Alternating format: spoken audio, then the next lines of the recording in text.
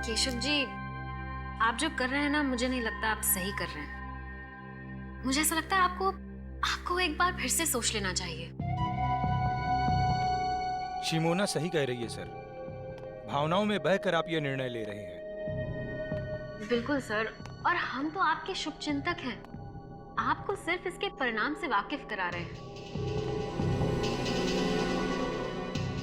आप जो कर रहे हैं ना, उससे आपकी जान को खतरा हो सकता है। बस प्रणय, मैंने अपना डिसीजन ले लिया है और मेरा डिसीजन किसी भी हालत में बदलने वाला नहीं है। मुझे किसी से डर नहीं।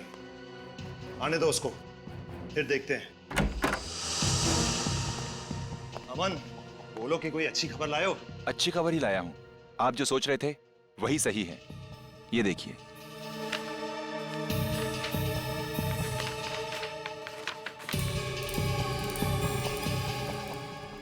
शिमोना, वो कागजात देना।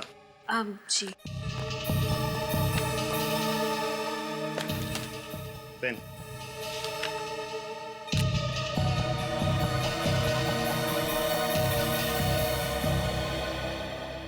केशवनाथ जी, आपका काम हो गया। अब आप बेफिक्र हो जाइए। मुझे नहीं लगता ये इतना आसान है।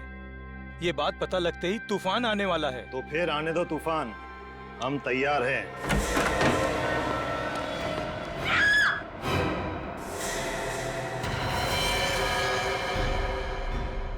तुम्हें चेतावनी दी गई थी मिस्टर केशव, और चेतावनी सिर्फ एक बार दी जाती है।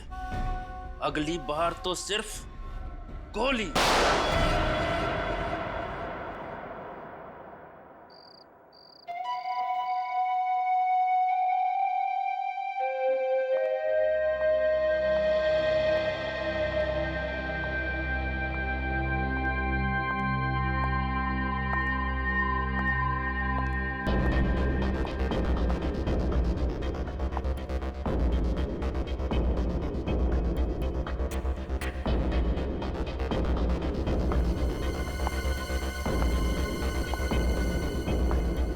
Law, science, all books, shelf number 2.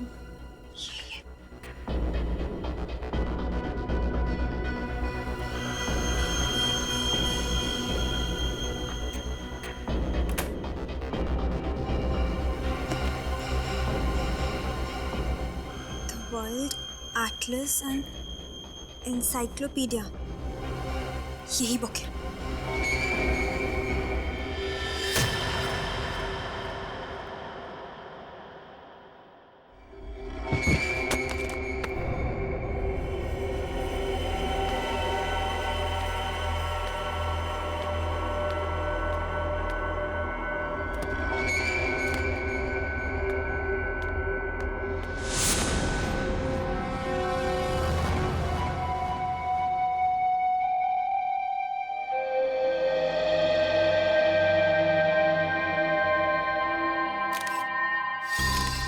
इसके गले में छेद है। किसी नुकीली चीज से वार किया गया है और शायद उसी वजह से इसकी मौत हो गई। लेकिन सर, हमें तो ऐसी कोई चीज मिली नहीं यहाँ से। हो सकता है खूनी अपने साथ ले गया।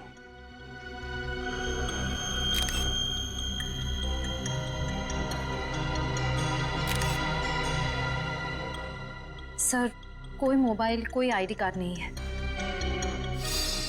सर, एक मिनट।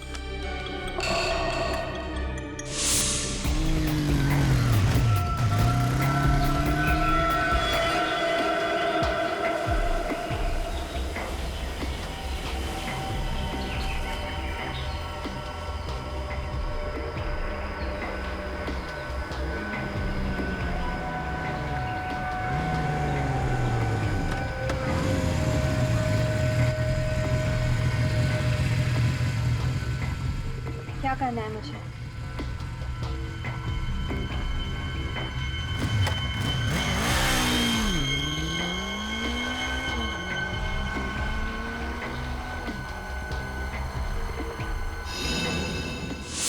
ये चिट्ठी इसकी जेब से मिली है। सेंट्रल लाइब्रेरी, तीसरा माला, शेल्फ नंबर 2। ये लड़की रात के 1:30 बजे वर्ल्ड एटलस बुक लेने के लिए आई थी यहाँ पे। क्यों? हाँ सर, और सर वो किताब यहाँ से गायब भी है। ओह, बड़ी अजीब बात है, रात के 1:30 बजे ये लड़की यहाँ वर्ल्ड एटलस बुक लेने आती है और उसी की मौत हो जाती है, और वो बुक भी यहाँ से गायब है। इसका मतलब है कोई और भी था जो बुक लेने के लिए आया था। उस किताब में ऐसा क्या हो सकता है? सर वो तो एक सिंपल मैप्स की बुक है। बुक भले ही सिंपल हो, लेकिन कोई ना कोई बात तो जरूर है सर। लगता है उस बुक के साथ छेड़छाड़ की गई होगी। सचिन, बाहर जाके पता करो किसी ने इन लोगों को अंदर बाहर आते जाते देखा है क्या? ये वर्ल्ड एटलस बुक आखिरी बार कौन लेके गया था? Sir 1 minute.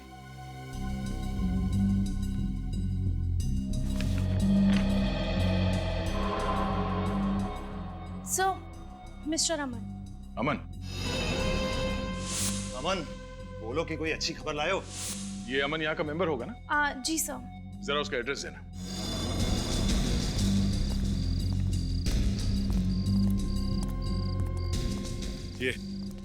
ये पीछे का गेट तो हमेशा बंद रहता है। अगर वो लड़की यहाँ से आई है इस तरफ से, वो जो औरत कैंडल बेच रही है उसे पता होगा। चलो पूछते हैं। Excuse me. 10 का 1 कैंडल है सर, कितने कैंडल्स दूं? देखिए हम लोग कैंडल लेने नहीं आए, आपसे कुछ पूछना था। आप यहाँ पर कब से हैं? जी मैं शाम से लेकर सुबह तक यहाँ बैठती हूँ, कैंडल बेचती हूँ। यहाँ पास में चर्च है, यहाँ देर रात तक लोग कैंडल जलाने आते हैं। क्यों, क्या हुआ मैम? देखिए ये सामने जो लाइब्रेरी है ना, वहाँ पे एक खून हो गया। मुझे लगा ही था उस लाइब्रेरी में कुछ तो गड़बड़ हुआ है। अच्छा, आपको ऐसा क्यों लगा कि लाइब्रेरी में कुछ गड़बड़ है? सर वो कुछ देर पहले। राजू, गाड़ी निकाल जल्दी। मैडम 10 रुपए का 1 कैंडल है, प्लीज ले लीजिए मैम। शिमोना, वो कागजात देना। जी मुझे नहीं चाहिए। मैम कहा ना नहीं चाहिए।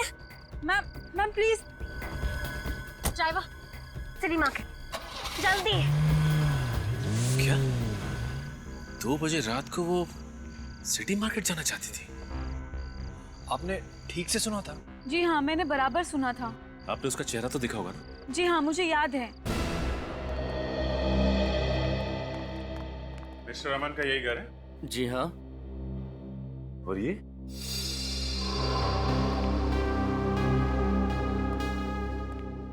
क्या आप यही अमन जी हैं? हाँ सब, इन्हें मैंने हाल में कहीं देखा है। हाँ सर, चेहरा जाना पहचाना लग रहा है, लेकिन याद नहीं आ रहा है कहाँ देखा है सर। जरूर देखा होगा, अमन सर बहुत बड़े वकील हैं। आपने टीवी पर किसी इंटरव्यू में देखा होगा उन्हें। अच्छा, तो आपके साहब बड़े वकील हैं? हाँ। कहाँ गए? ऑफिस? नहीं, आज सुबह वो अपना सामान लेकर के शहर से बाहर चले गए। इस अमन जी ने आखिरी बार लाइब्रेरी से वर्ल्ड एटलस की किताब ली और लाइब्रेरी में वापस कर दी। इसके बाद से गायब है। अमन जी का कमरा कहाँ है?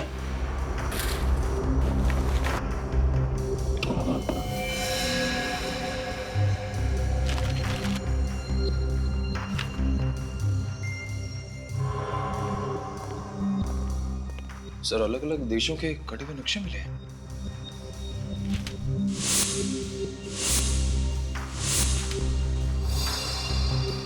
सर ये सारे कटे हुए नक्शे तो सर वो तो एक सिंपल मैप्स की बुक है।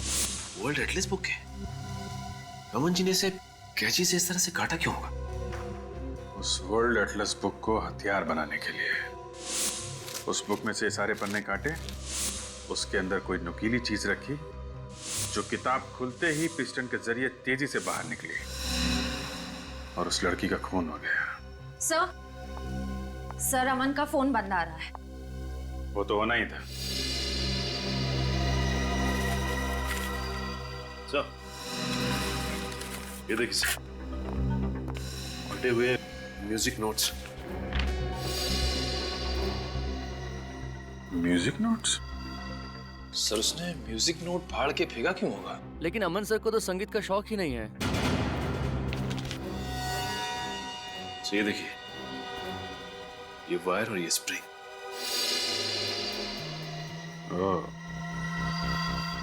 मिस्टर अमन का लाइब्रेरी से वर्ल्ड एटलस बुक का लाना उसके पन्नों के साथ छेड़छाड़ करना और वापस बुक लाइब्रेरी में रख देना। उसके बाद एक लड़की का लाइब्रेरी में से उसी बुक को लेना और उस बुक से उसका खून हो जाना और मिस्टर अमन का गायब हो जाना। ये कोई इत्तेफाक नहीं है, साजिश है, साजिश, सोची समझी साजिश। रात के 1:30 बजे एक अनजान औरत सेंट्रल लाइब्रेरी में घुसती है और वहां से एक ऐसी किताब उठाती है जिसके अंदर हथियार छुपा के रखा गया था और शायद कोई संदेशा भी। और उसी हथियार से उस अनजान औरत का खून हो जाता है। फिर कोई वो किताब चुरा लेता है, वो भी एक अनजान औरत। सर, मुझे ऐसा लगता है कि दोनों औरतों को वर्ल्ड एटलस की जरूरत होगी और बुक एक ही थी, इसलिए दोनों में झगड़ा हो गया। दूसरी वाली औरत ने पहली वाली को मार दिया और बुक ले ली। सर, रात के 1:30 बजे एटलस को लेकर दोनों औरतों के बीच में झगड़ा हुआ और एक ने दूसरे को मार दिया, केस खत्म, है ना? वाह सर, अजीब बात यह है कि लाइब्रेरी से किताब चुराने के बाद वो औरत अपने ड्राइवर से कहती है कि वो उसे सिटी मार्केट लेकर जाए। सर, इतनी रात में सिटी मार्केट में ना तो कोई दुकान खुली होगी, ना ही कोई कॉफी शॉप। वही तो रजत, वही तो समझ में नहीं आ रहा है कि क्यों। सर, ऐसा भी तो हो सकता है कि वो औरत सिटी मार्केट के आसपास ही कहीं रहती हो। नहीं सूरज, अगर ऐसा होता तो वो अपने ड्राइवर से कहती कि हम घर ले चलो। सिटी मार्केट ही क्यों? सिटी मार्केट ही क्यों? उस औरत के बारे में क्या पता चला जिसका लाइब्रेरी में खून हुआ? सर, अभी तक तो कुछ पता नहीं चला है। सर, उसके लापता होने की भी किसी ने कंप्लेंट दर्ज नहीं करवाई है। हम लोग क्रिमिनल रिकॉर्ड चेक कर रहे हैं। सर ये स्केच बन गया। सर, यही वो अनजान औरत है जो बुक लेकर भागी थी। सर, इस औरत को मैंने किसी न्यूज में देखा था सर। न्यूज में?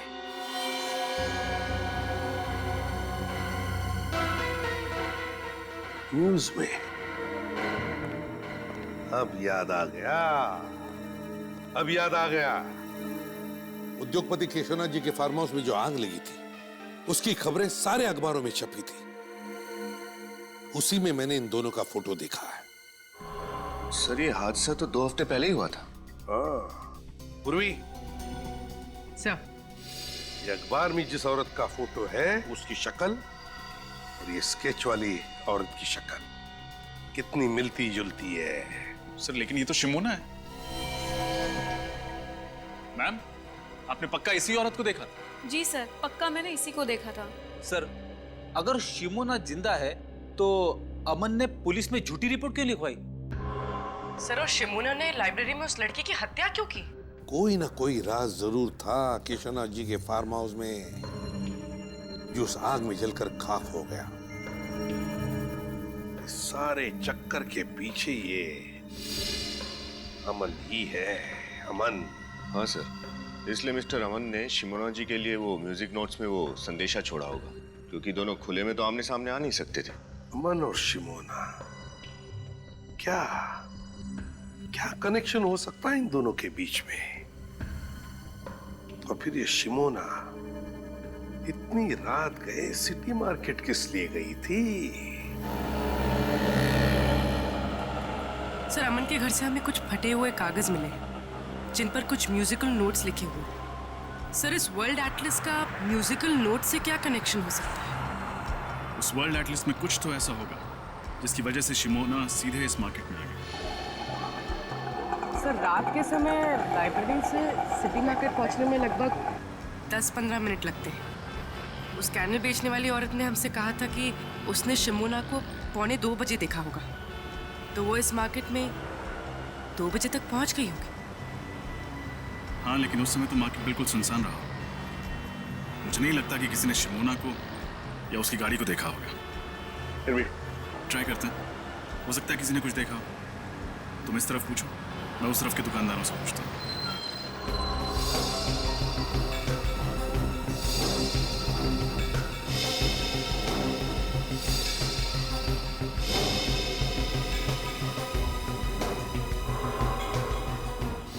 सर, आखिर आप क्या ढूंढ रहे हैं?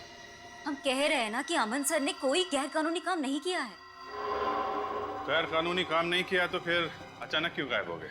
मुझे नहीं पता। कोई भी वकील बिना किसी को बताए अपने सारे कोर्ट केसेस छोड़ के वेकेशन पे तो जाएगा नहीं, और अगर जाएगा तो कम से कम अपनी पर्सनल सेक्रेटरी यानी आपको तो बता के जाएगा।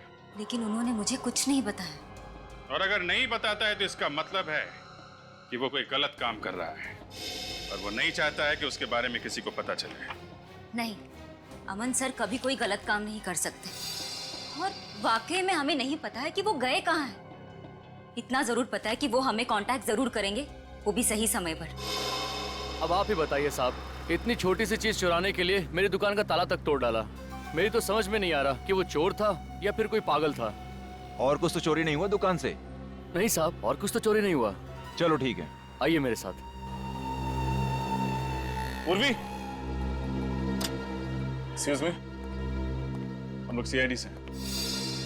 सर, क्या हुआ क्या यहाँ पे? सर, वो कल रात को मेरे म्यूजिक स्टोर में ताला तोड़कर एक चोर घुस आया था, और सर वो केवल एक म्यूजिक बॉक्स के अलावा और कुछ भी चुरा कर नहीं ले गया। एक ही म्यूजिक बॉक्स?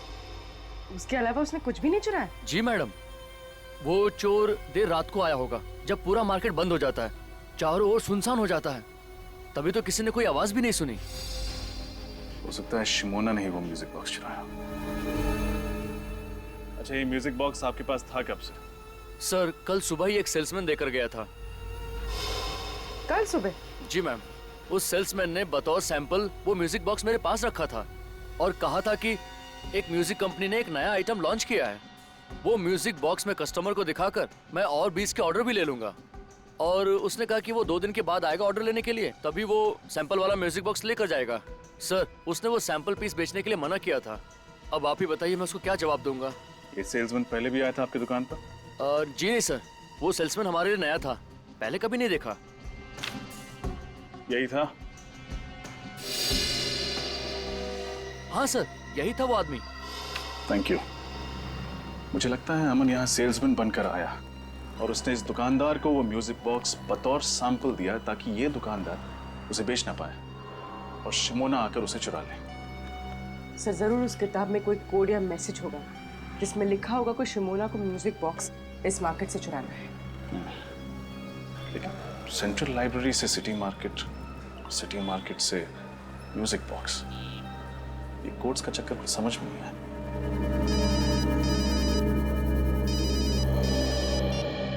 हाँ सचिन, क्या? ठीक है। क्या हुआ सर? कल रात इस शहर के 2 और म्यूजिक स्टोर से ऐसे ही म्यूजिक बॉक्सेस चुराए गए। अमन जी का और शहर के जाने माने स्टील बैरन मिस्टर केशवनाथ, इनके बीच क्या रिश्ता था? सर, मिस्टर केशवनाथ अमन सर के क्लाइंट थे और वो अक्सर हमारे ऑफिस में आया करते थे। अमन सर मिस्टर केशवनाथ का लीगल काम संभाल रहे थे जो गुप्त रखा गया था। जी सर, और इसी सिलसिले में एक दिन उनकी बेटी मीनार भी हमारे ऑफिस में आई थी सर। मीनार, तुम? मैम, हम लोग यहाँ पे कुछ इंपॉर्टेंट काम कर रहे हैं, प्लीज आप बाहर जाइए। तुम चुप करो और निकलो यहाँ से। और तुम अमन, अगर मेरे पापा को बहकाना बंद नहीं किया ना तो इसका नतीजा बहुत बुरा होगा। मैम, ये आप क्या कर रही हैं? पागल हो गई है क्या आप? मिस्टर अमर केशवनाथ जी का ऐसा कौन सा गुप्त काम संभाल रहे थे जिसकी वजह से मिसेस मीनार को उन्हें जान से मारने की धमकी देनी पड़ी? सर, हमें वाकई में कुछ नहीं पता क्योंकि अमन सर मिस्टर केशवनाथ का काम खुद संभालते थे। हाँ सर, और इस केस के बारे में उन्होंने मुझे भी कुछ नहीं बताया सर। सर। हाँ बेटी। सर, केशवनाथ जी के कोई भी लीगल पेपर्स इस ऑफिस में नहीं है, मगर सर ये मिसेस मीनार को अमन पे इतना गुस्सा क्यों आया?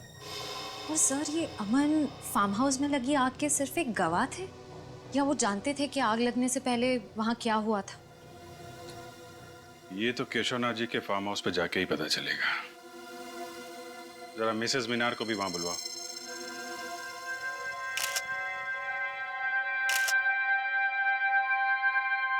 आप लोग इस पूछताछ से हमें कब बख्शेंगे?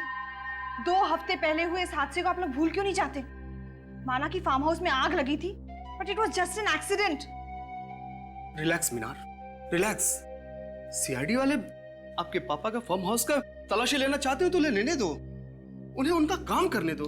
थैंक यू मिस्टर भास्कर, कम से कम आप हमारे काम को समझते हैं। देखिए मिसेस मीनार, हम सिर्फ अपनी ड्यूटी कर रहे हैं। इस फार्म हाउस में जो आग लगी और जिसमें आपके पिताजी और उनके 2 एसोसिएट जल के मर गए, आपको ये मालूम होगा कि उसकी रिपोर्ट मिस्टर अमन ने लिखवाई थी।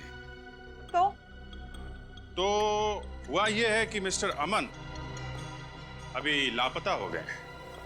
और सिर्फ इतना ही नहीं, सेंट्रल लाइब्रेरी में हुए एक गुमनाम लड़की के कत्ल में भी उसका हाथ है। मुझे ये नहीं समझ में आ रहा कि एक लाइब्रेरी में हुए कत्ल का इस फार्म हाउस के जलने से क्या मतलब है।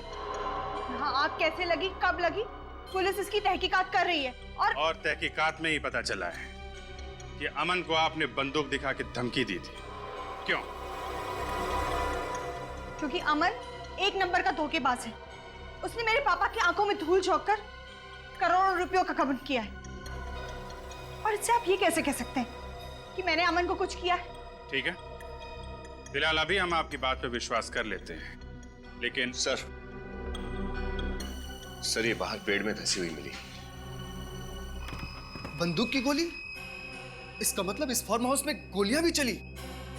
Oh my God. ये गोली चलने वाली बात अमन ने पुलिस रिपोर्ट में क्यों नहीं लिखवाई? ये वीणा का है, ये संतूर का है और ये सितार का है। ये तीनों एक ही राग पर है, लेकिन इनके वाद्य यंत्र अलग अलग हैं। मैं आपको इनके राग सुनाता हूं।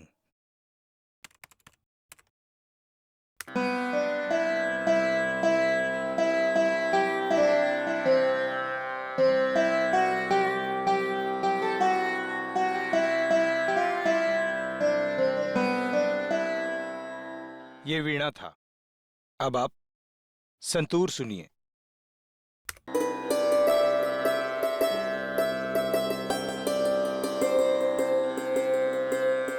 ये सितार का है।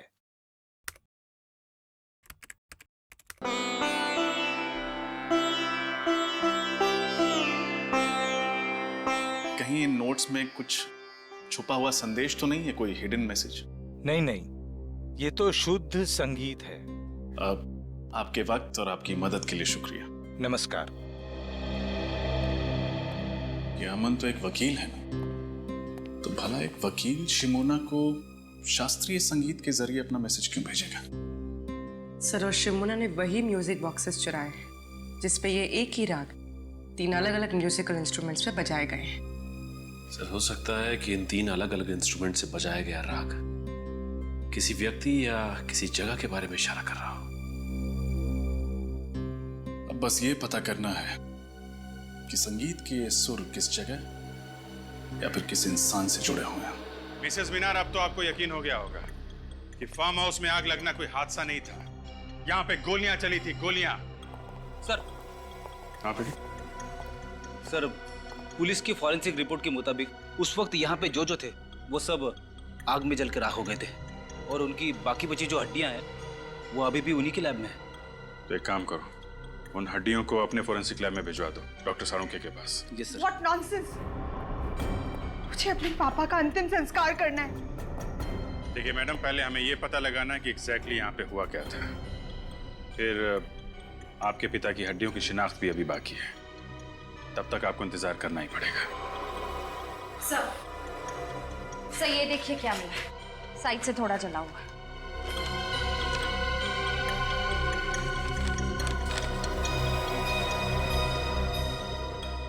DNA print. हड्डियां तो बुरी तरह जल गई हैं। इनके चेहरे अच्छे से बन पाएंगे? हाँ अभिजीत, इस फेस कंस्ट्रक्शन सॉफ्टवेयर के जरिए आप मौका वारदात पर पाई गई खोपड़ी का फेस कंस्ट्रक्ट करने की कोशिश तो करें।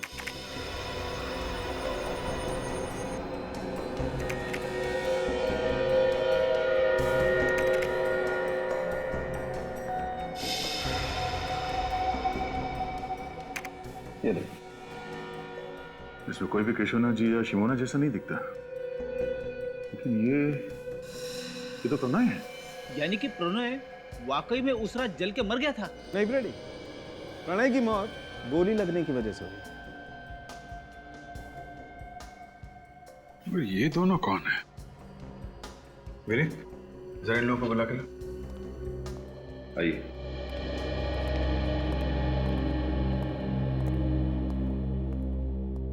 जरा इन दो चेहरों को देखिए, इनको पहचानते हैं आप लोग? कभी ये देखा है? इनमें से हम किसी को नहीं जानते। हमें क्या पता कौन है ये लोग? सर आपका शक सही निकला। घटनास्थल से लाई गई सारी हड्डियों का डीएनए टेस्ट मिल गया। किसी का भी डीएनए मिसेस मीनार के डीएनए से नहीं मिलता। यानी वाकई में केशवनाथ जी जिंदा है? पर मेरे पापा हैं कहाँ? उन्होंने अब तक फोन क्यों नहीं किया? हम लोग जल्दी पता लगा लेंगे, अभी आप लोग जा सकते हैं। अच्छा तारिका, वो फार्म हाउस पे जो डीएनए की रिपोर्ट मिली थी उसका क्या हुआ? ये डीएनए प्रिंट एक 25 से 30 साल की औरत का है जिसका केशवनाथ जी के साथ जेनेटिक लिंक है। और एक बात सर, ये औरत को एक बहुत ही असामान्य बीमारी है, एक्वाजेनिक प्लूराइटिस। ये बीमारी है क्या? यह एक बहुत ही रेयर जेनेटिक डिसऑर्डर है। इसके रोगी को पानी से एलर्जी होती है। जरा सा भी पानी अगर शरीर में कहीं भी लग जाए तो बहुत जबरदस्त एलर्जी होती है, खुजली होती है। बारिश का पानी, पसीना, यहाँ तक कि हवा में अगर जरा सी नमी भी बढ़ जाए तो रिएक्शन होता है। और इस इंसान को इतनी खुजली होती है कि कई बार तो इसकी मौत हो जाती है खुजली की वजह से। तो बहुत भयानक बीमारी है। ऐसे पेशेंट जिंदा कैसे रहते हैं? एंटी एलर्जिक दवा खा करके, ताकि इससे लड़ने की क्षमता बढ़ा सके। ऐसे रोगी को हॉस्पिटल में अल्ट्रावायलेट बी पॉजिटिव फोटोथेरेपी दी जाती है। ये पेशेंट्स पानी पी सकते हैं? पी सकता है, लेकिन सिर्फ मिनरल वाटर। अगर जरा सा भी क्लोरीन का पानी पिया तो पूरे शरीर में बुरी तरह से रैशेज हो जाते हैं। सिर्फ मिनरल वाटर? पानी के? अच्छा, ओके, ठीक है, ओके। क्या हुआ? लाइब्रेरी में जिस अनजान लड़की की लाश मिली थी उसका नाम बिंदु है। वो एक गुनहगार थी और जेल में सजा भी काट चुकी थी।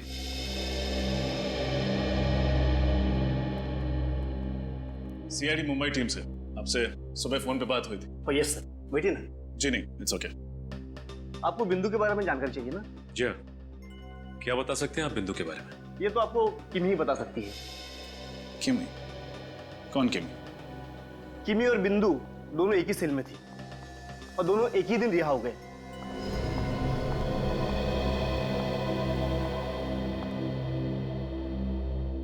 किमी देखो, हम तुम्हें डराने या धमकाने नहीं आए हैं। हम बस ये जानने आए हैं कि तुम बिंदु के बारे में क्या जानती हो। वो बिंदु क्या? बिंदु ने मेरे को पैसे का लालच दिया था और बोला था किसी काम में उसका साथ देने को। कैसा काम? वो तो सर उसने नहीं बताया। किसने सौंपा था काम? सब ये भी नहीं बताया उसने। बोला था टॉप सीक्रेट है। और साहब मैंने पूछा भी नहीं, अपने को तो सिर्फ पैसों से मतलब था साहब, इसलिए नहीं पूछा। कहाँ गई थी तुम उसके साथ? Central library, Mumbai. Central library? इसका मतलब बिंदु पहले भी गई थी लाइब्रेरी? हाँ सर। क्यों गए थे तुम दोनों वहाँ? सर बिंदु और मैं सॉफ्टवेयर इंजीनियर बनकर गए थे उस लाइब्रेरी में। बिंदु को कुछ कंप्यूटर से जानकारी चाहिए थी और मैं बाहर निगरानी कर रही थी कि अगर कोई आसपास दिखाई दे तो तुरंत इत्तला कर दूं बिंदु को। पर वो जानकारी जो उसे चाहिए थी उसे मिली? नहीं सर। सर, लाइब्रेरी के कंप्यूटर से ऐसी क्या जानकारी हासिल करना चाहती थी बिंदु? पता नहीं, लेकिन ये पक्का है कि फार्म हाउस पे किए गए खून का राज जरूर उस लाइब्रेरी में छुपा है। मुझे प्रणय को वहां जाने ही नहीं देना चाहिए था। केशवनाथ जी की प्रॉब्लम में उसको पढ़ने की क्या जरूरत थी? किस प्रॉब्लम की बात कर रही हैं? प्रणय और शिमोना केशवनाथ जी के बिजनेस एसोसिएट थे। केशवनाथ जी को अपनी बेटी मीनार पर बिल्कुल भरोसा नहीं था, इसलिए वो चाहते थे कि अपनी जायदाद को किसी ट्रस्ट में रख दें। प्रणय और शिमोना उन्हें मनाने की बहुत कोशिश कर रहे थे कि अपनी बेटी के साथ ऐसा ना करें। और मीनार को केशवनाथ जी के इस फैसले के बारे में मालूम था क्या? जी, ये तो मैं नहीं जानती, लेकिन फार्म हाउस में आग लगने के एक हफ्ते पहले प्रणय ने मुझसे कहा था कि केशवनाथ जी ने अपनी जायदाद को ट्रस्ट में देने का फैसला बदल दिया है। और उसकी वजह? क्योंकि उन्हें कोई और वारिस मिल गया था। नया वारिस? हाँ, केशवनाथ जी को वसीयत बनाने से पहले उसके बारे में कुछ कंफर्म करना था। ये डीएनए प्रिंट एक 25 से 30 साल की औरत का है जिसका केशवनाथ जी के साथ जेनेटिक लिंक है। इसका मतलब वो डीएनए प्रिंट उस दूसरी लड़की का था जिसे केशवनाथ जी अपनी जायदाद का वारिस बनाना चाहते थे। क्या प्रणव जी ने उस नए वारिस का नाम बताया था आपको? यही पता करने के लिए तो वो फार्म हाउस गए थे उस दिन,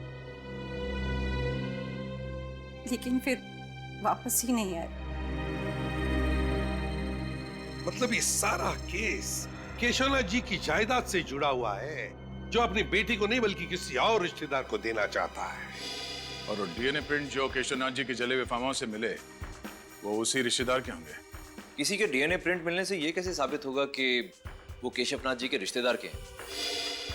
सूरज, इंसान दो ही वजह से डीएनए टेस्ट करवाता है, या तो उसे रिश्ता साबित करना होता है या फिर बीमारी के बारे में, जेनेटिक बीमारी के बारे में पता करना होता है। लगता तो यही है कि केशवनाथ जी ने डीएनए टेस्ट के जरिए रिश्तेदारों की पहचान करने की कोशिश की है। हमें ये कैसे पता चलेगा कि वो डीएनए प्रिंट किस रिश्तेदार का है? किमी बता रही थी कि बिंदु और वो जब जेल से छूटी तो दोनों सेंट्रल लाइब्रेरी में गई थी उस कंप्यूटर से कुछ इंफॉर्मेशन निकालने के लिए। सर, इसका मतलब वो 25-30 साल की लड़की जिसे डीएनए रिपोर्ट के मुताबिक पानी की एलर्जी है, वो इसी लाइब्रेरी में काम करती है? एग्जैक्टली। मतलब सर, हमें ना सिर्फ केशवनाथ जी, अमन और शिमोना को खोजना है, बल्कि लाइब्रेरी में काम करने वाले उस गुमनाम वारिस का भी पता लगाना है।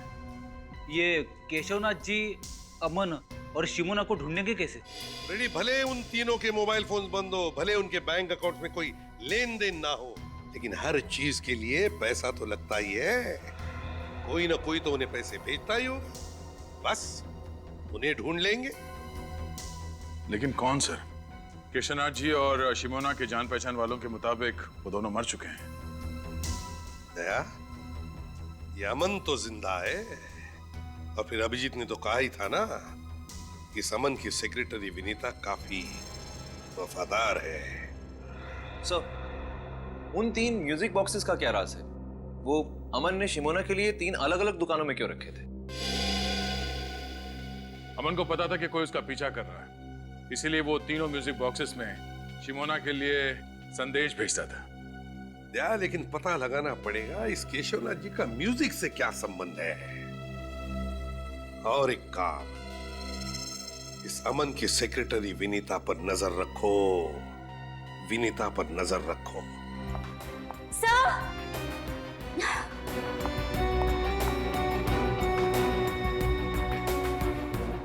कहाँ चले गए सबके सब? गए होंगे किसी काम से।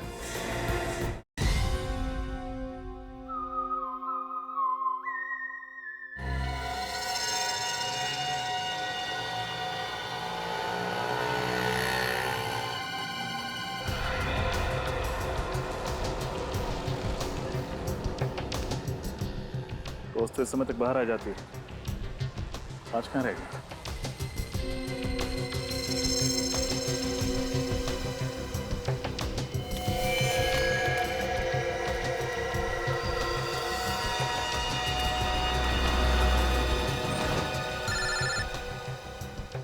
सर, ये पैदल ही आई, शायद ऑटो का वेट करे। अच्छा,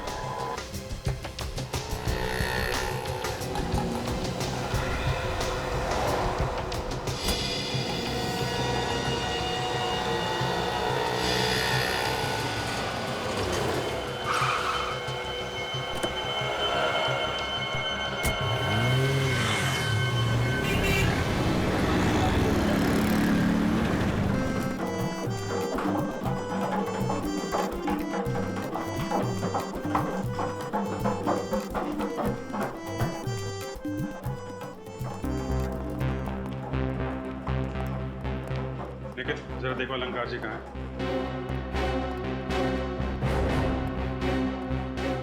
अरे भाई, वो संतूर का क्या हुआ? अलंकार जी। जी? अलंकार जी, हम सीआईडी से हैं और आपसे कुछ पूछताछ करना चाहते हैं। जी पूछिए। इस म्यूजिकल स्कूल को बनाने वाले केशवनाथ जी के फार्म हाउस में जिस दिन आग लगी, उस दिन वो आपसे 2 बार मिलने आए थे, क्या ये सच है? जी हाँ, ये बात सच है। शिमोना यहाँ 3 म्यूजिकल बॉक्सेस लेकर आई थी। कहाँ है वो बॉक्सेस? अब उस लड़की का नाम शिमोना है या नहीं मुझे पता नहीं, मैंने तो कभी पहले उसे देखा तक भी नहीं। वो यहाँ बॉक्स लेकर आई थी या नहीं? एक लड़की आई तो थी। केशवनाथ जी और अमन के कहने के मुताबिक मैंने वो बॉक्सेस लेके चेक करके अपने पास रख ली। हमें वो बॉक्स चेक करना है।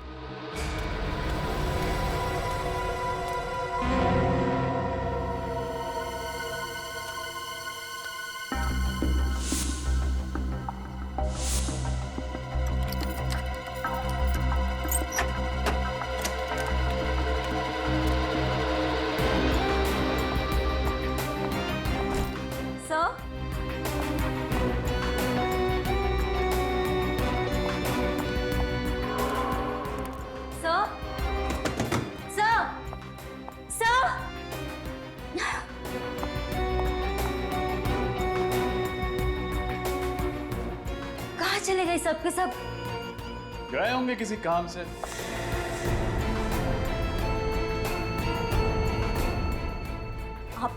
आप लोग यहाँ?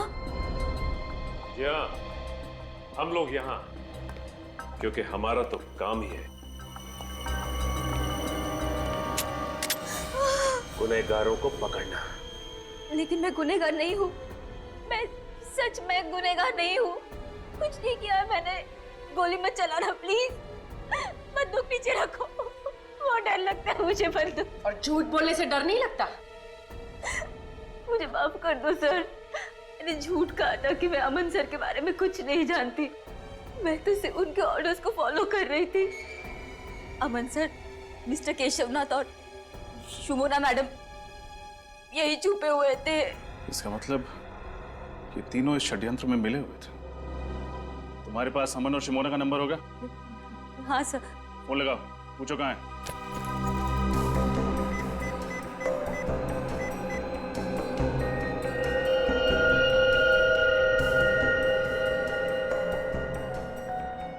अमन सर का फोन स्विच ऑफ है। शिमोना का नंबर ट्राई करो।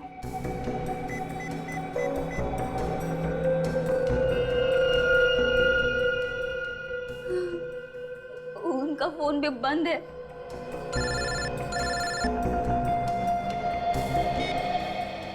Yes sir. क्या? तो इस वजह से अमन, शिमोना और केशवनाथ को यहां से गायब किया गया है? सर हम लोग आ रहे हैं। क्यों सर? कुछ नहीं सचिन, केस खत्म करने का टाइम आ गया। Excuse me. हाय, मेरा नाम नैना है। चलो साथ में लंच करते हैं। दीप्ति,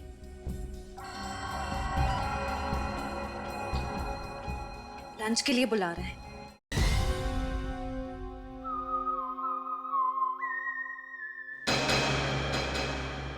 नैना, उनको भी बुलाकर ले आओ। दोनों नई ट्रेनीज हैं, उनको अच्छा लगेगा। हाँ, लंच टाइम हो गया है, भूख तो लगी होगी। बिल्कुल।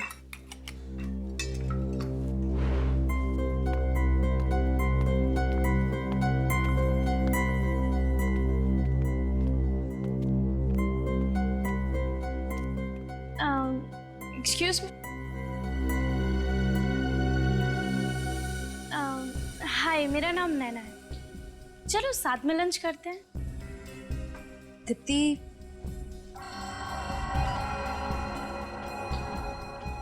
लंच के लिए बुला रहे हैं। ठीक है पूजा। ठीक है, हम आते हैं। ओके।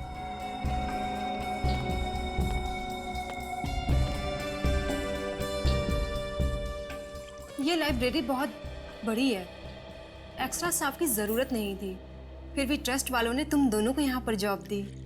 अच्छी बात है। लेकिन हम लोग तो यहाँ बस कुछ ही दिनों के लिए हैं ट्रेनिंग पर। वैसे लाइब्रेरी में इतने ही स्टाफ मेंबर्स हैं या और कोई भी है? नहीं तो हम ही सब हैं, काम मैनेज हो जाता है। अब थैंक्स, मैं बाहर का पानी नहीं पीती, मैं अपना पानी खुद कैरी करके चलती हूँ। क्यों? आपका पानी हमारे पानी से अलग है क्या? हाँ, ये पानी घर से लेके आती है। इसे बाहर के पानी से एलर्जी है। पानी से एलर्जी? कहीं आप मजाक तो नहीं कर रही? वो मजाक नहीं कर रहे, सच्ची बोल रही है। एक्चुअली क्या है, मैं अगर क्लोरीन का बाहर का पानी पीऊं तो उससे मेरी मौत भी हो सकती है। इसके रोगी को पानी से एलर्जी होती है और इस इंसान को इतनी खुजली होती है कि कई बार तो इसकी मौत हो जाती है खुजली की वजह से। ये पेशेंट्स पानी पी सकते हैं? पी सकता है, लेकिन सिर्फ मिनरल वाटर। अगर जरा सा भी क्लोरीन का पानी पिया तो पूरे शरीर में बुरी तरह से रैशेज हो जाते हैं। क्या? I am so sorry. No no, it's okay.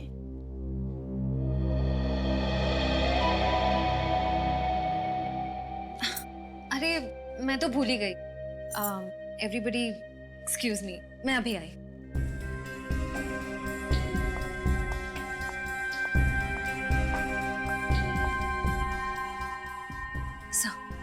Sir, नैना वही लड़की है जिसे केशवनाथ जी अपना वारिस बनाना चाहते थे। क्या वसीयत उसके हाथ लग गई?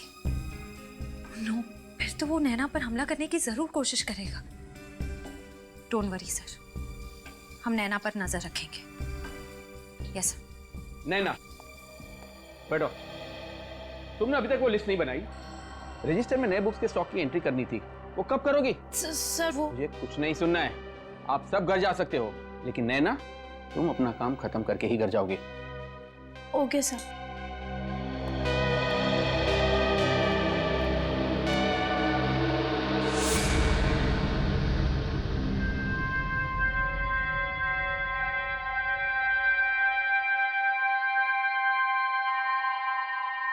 उफ,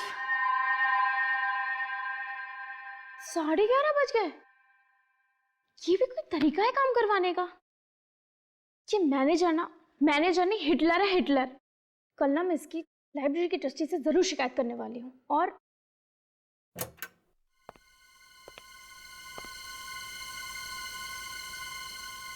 कौन है? सिक्योरिटी, सिक्योरिटी, कौन है? कौन है? कौन है वहां?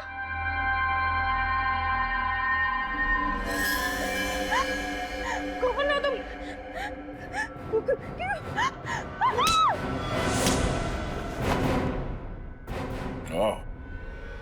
तुम